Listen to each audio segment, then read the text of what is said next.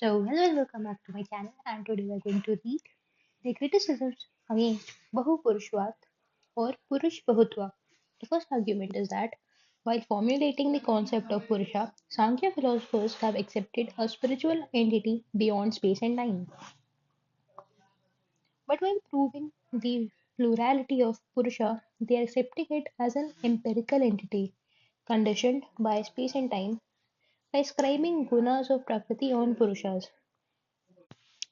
So while introducing the concept of Purusha, what they basically said that Purush is an inert personality, which is inert, which is beyond space and time, and it does not go in fluctuations or changes with time. Uh, so uh, here, Sankhya philosophers have accepted a spiritual entity beyond space and time, but while proving the plurality of the Purusha, while trying to prove the multiplicity of Purusha, they accepting it as an empirical entity which is conditioned to space and time, which is contrary to their previous claims. So they are now trying to condition Purusha within the space and time, and now ascribing the gunas of Prakriti on the Purusha, now trying to encircle Purusha with all the three gunas of Prakriti on it. So this is a very contradictory argument because at first they said it to be eternal and beyond space and time and uh, beyond the three gunas, but now they are trying to exhibit it as a conditioned being or an empirical entity which is ascribed with the three gunas of Prakriti. So these are the criticisms. So this is the first criticism against Bahupurshvad. In Bahupurshvad, we have read that uh, Sankhya's actually believed in the plurality of the transcendental selves. So they basically asserted the statement that all the souls are similar, but essentially similar because they're similar in their essence, but they're numerically different because of the varying degrees of karma. So now we're trying to criticize this Purush Bahutva, and the first argument is a very contradictory one because in the first argument, what they're trying to say is that they're trying to contradict Sankhya philosophy because first they tried to claim Purush to be beyond space and time and a spiritual entity, but while trying to explain Purush Bahutva, they're trying to denote it as an empirical entity which is bound by space and time and which is now defined by the gunas of Prakriti it possesses.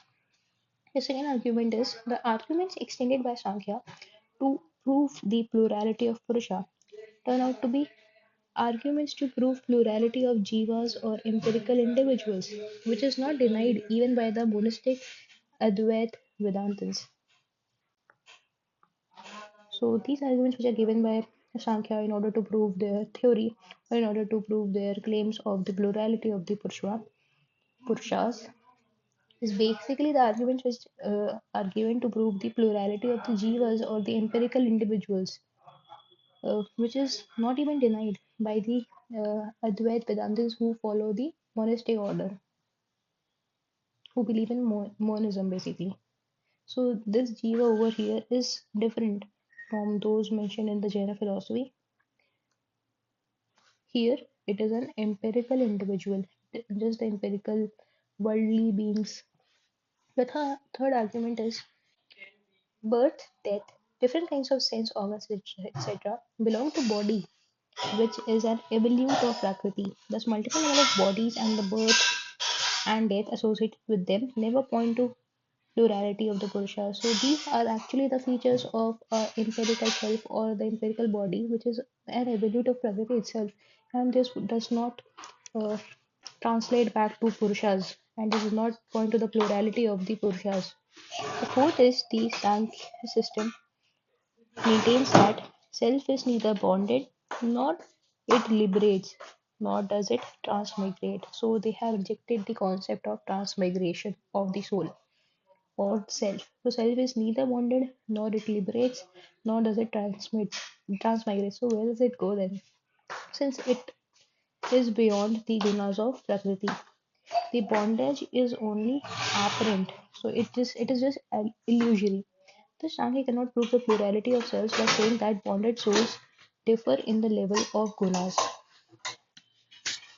Thus, we should conclude that the Sankhya system does not believe in the transmigration of soul, because according to the Sankhya, the soul or the self is neither bonded nor it liberates, nor does it transmigrate. It is beyond the three gunas of Prakriti. So bondage in Sankhya is only apparent or illusory. Because of this, Sankhyans could not prove the plurality of cells or the multiplicity of cells by saying that bonded souls differ in the levels of gunas or the varying degrees of gunas. The next argument is for Sankhya. All the souls are essentially same, but they are different numerically. Since Sankhya philosophers do not accept a padarth like Visesha, they cannot logically explain what property differentiates one soul from the other. So they have maintained their philosophy of saying that all the souls are essentially same, but they are just numerically different. So what is that thing which basically differentiates between the two souls? Since they have not accepted any padartha like Vishesha, so they could not logically explain what property basically differentiates one soul from another. Realizing these difficulties, later commentators like Vachistapati and Vigyanavikshu have maintained reality of one Purush only. So, what is the relation between Prakriti and Purush? Sankhya dualism accepts Prakriti and Purush as totally independent realities with mutually exclusive characteristics. So, these are two independent entities or two different realities which have mutually exclusive characteristics which complement each other in achieving their individual ends. So Prakriti, which is constituted with three gunas, requires somebody other than itself to enjoy its products, which is called as darshanartham. So Prakriti basically wants somebody else to reap the fruits of uh, its produce, or basically reap the fruits of its evolution. And because it cannot uh, enjoy its own products, this is called darshanartham. So basically, Prakriti evolves in favor of Purush so that he could enjoy Prakriti's products. This is called darshanartham. Purush was inert. Purush, being inert, needs the active Prakriti to attain its ultimate goal of liberation. So the goal or the ultimate goal of Purush is to attain liberation, whereas the purpose of Prakriti is to evolve so that Purush could uh, enjoy Prakriti's products. Samkhya, the ultimate goal of liberation of Purush is called as the Kaivalyartham. Samkhya extends some similes to account for the relation between Purush and Prakriti. Just as a lame man and a blind man cooperate to move out of jungle, Prakriti and Purush can complement each other in achieving their ends. So these two are two independent realities which have mutually exclusive characteristics, but they complement each other in order to fulfill or in order to achieve their ends. For Prakriti, the end is to evolve or to uh, uh, garner evolution so that the Purush could enjoy its products. For Purush, it is the ultimate goal of liberation. Just as the unconscious milk flows out of the cow for the nourishment of the calf, the unconscious Prakriti can evolve for the sake of Purush as well as aid in attaining Kaivalya. So the purpose of the Prakriti is to evolve for the sake of Purusha so that he could, in order, and attain Kaivalya. So there are certain criticisms for this because of its obsession for uncompromising dualism. So Sankhya dualism is said to be uncompromising because they are adamant to the fact that there is there are two different realities. One is the Purush, which is inert and not subject to any fluctuations or change, and it is beyond space and time. And whereas there is Prakriti, which is active and keeps on changing and is in this space and time, and all the things in this world are evolutes of Prakriti except the Purusha. Sankhya system fails to logically account for the relationship between Prakriti and Purush. So there is no proper explanation given for the relationship between Prakriti and Purush. So this is one major inconsistency within the Sankhya philosophy. So first criticism is that Sankhya cannot say that there is real relationship between Prakriti and Purush because logically they can never be in relation because two entities which are totally opposite in terms of their characteristics and aims. So we read earlier that Purush and Prakriti are two different or two independent realities with mutually exclusive characteristics. So Samkhya system could not basically explain what is the real or apparent, what is the relationship between Purush and Prakriti. Is it real or is it apparent? Because what they're saying is that it is a real relationship between Purush and Prakriti. So the reality is totally real. However, two different entities which have two majorly different characteristics and aims, they cannot be in a real relationship logically. In Western philosophy, also, one can see Descartes, a notable philosopher, was struggling to solve mind body problem, sticking to staunch dualism.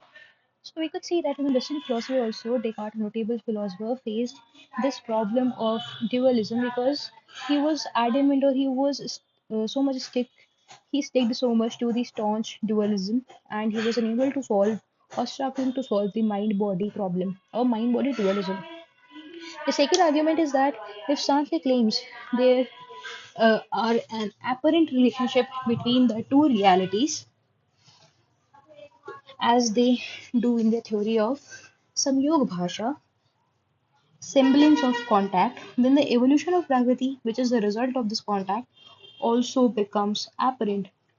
So, if Sankhya system claims that there is an apparent relationship, so apparent relationship is basically uh, the reality is not what it seems like, or the reality is very illusory. The relationship is not what it appears to be.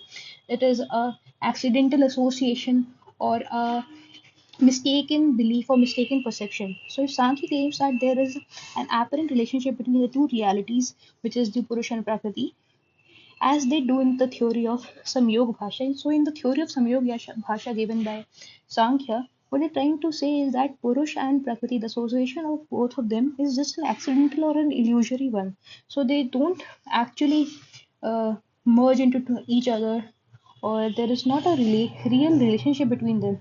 It is an illusion created, and this illusion is basically this is the illusion is basically leads to the bondage of Purusha, and if somebody or if Purusha has to attain liberation, he has to be mindful that Purush is different from Prakriti. Anyways, so Samyog Bhajur is the semblance of contact, or we could say the resemblance of contact. And the evolution of Prakriti, which is the result of this contact, also becomes happening. So we have seen that whenever there is when Purush and Prakriti come in contact, then only the gunas of Prakriti, three gunas get distorted, or there is a change in the equilibrium of the gunas, and because of the varying gunas, different kinds of this world appear. Different things lead into evolution. So, if we term this relationship of Purush and Prakriti as something to be illusory or an apparent relationship according to Samyog Bhasha, the theory which was given by the Sankhya philosophers, then the evolution of Prakriti, which is the result of the contact between Purush and Prakriti, also becomes apparent or also becomes illusory. Sankhya believes that this world is a result of real modification of Prakriti. So, we have read in Satkaryavad that within Satyakaryavad, Parinamvad, in which it was stated that this world is a real modification of Prakriti, or the effect is a real modification of the cause. So, if the Sankhya believes that this world is a real modification of Prakriti, there's a theory of Samyog Bhasha directly contradicts Samkhya's Prakriti Parinamvad. So, on the one hand, they're saying that there is an apparent relationship between Purush and Prakriti, therefore, Samyog Bhasha, and the which would therefore lead that the evolution of Prakriti, which is the result of the contact between Purush and Prakriti, is also an apparent one. But on the other hand, Sankhya believes that this world is a result of the real modification of Prakriti. So modification cannot be apparent and real at the same time. So this theory of Samyog Bhasha, in order to explain the relationship between Purush and Prakriti, is basically a contradiction in Sankhya's Prakriti Parinamvad. In Prakriti Parinamvad, what we're trying to say is that this world is a result of the real modification of Prakriti. And in Samyogabhasa, they're trying to say is that Purush and Prakriti, the relationship between both of them is just an apparent one. And if we consider this relationship to be apparent, then Prakriti's evolution would then become illusory or would then become apparent. And the evolution cannot be apparent and real, or something cannot be apparent and real at the same time. So, this is the crux of the second argument. The third argument is that the similes given above are not clear enough to explain the relation. So these similes are kind of twisted. So they are not very clear in explaining the relationship between Purush and Prakriti. Lame man and blind man are two conscious entities cooperating for meeting common ends. So their common end was to survive or get away from the jungle. Same is the case with the cow and the calf. So the cow and the calf are also two conscious entities. But over here, what we're trying to explain is the relation between Purush, which is a conscious entity, and Prakriti, which is an active but unconscious entity, or we could say a material entity. So, but Purush is conscious and Prakriti is material with two different ends. So they don't share a common objective. In the story of the lame man and a blind man trying to cross the jungle, they both had the same ultimate goal to surpass or to get away from the jungle. So their common goal or their objective was common. However, in the case of Purush and Prakriti, both of them being two different kind of realities, like Purush is conscious and Prakriti is a material one, they have two different ends or two different objectives. For Purush, it is the ultimate goal of liberation, Kavalyarth, and for Prakriti, it is Darshanartham, so that it could evolve for the sake of Purush and so that Purush could enjoy or reap its fruits, reap the fruits of Prakriti. So we could say that world is already contained in Prakriti. Over here, uh, according to Purush Bhatwa, Sankhya argue that there is not one but many selves. This is the theory of Purush Bhatva, also called as the Bahu Purushvad. However, Advaita Vedanta accepts only one self, which is universal, self pervading, and the only reality. So, this is in contradiction with the Sankhyan philosophy, which believes that there are many selves or the plurality of Purush, whereas Advaita Vedanta accepts only one self, which is universal, self pervading, and the only reality. So with this, we have come to an end to this video. I'll see you guys in the next one where we dive deeper into Sankhyan philosophy and understand the concept of bondage and liberation. I hope you would have liked it. See you guys in another one. Till then, see ya. Bye.